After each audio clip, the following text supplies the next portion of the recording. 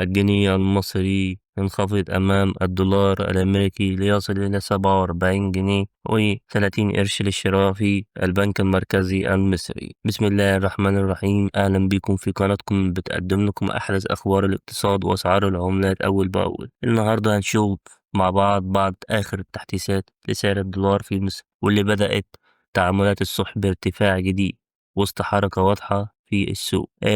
سعر الدولار في بداية التعاملات الصبح ارتفع حوالي 17 قرش في بعض البنوك وعلى رسوم البنك الأهلي المصري، في حين إن الأسعار فضلت ثابتة في بنوك تانية. نبدأ على بركة الله في تناول الأسعار. في البنك الأهلي المصري سجل الدولار 47 جنيه و42 قرش للشراء، 47 جنيه و52 قرش للبيع.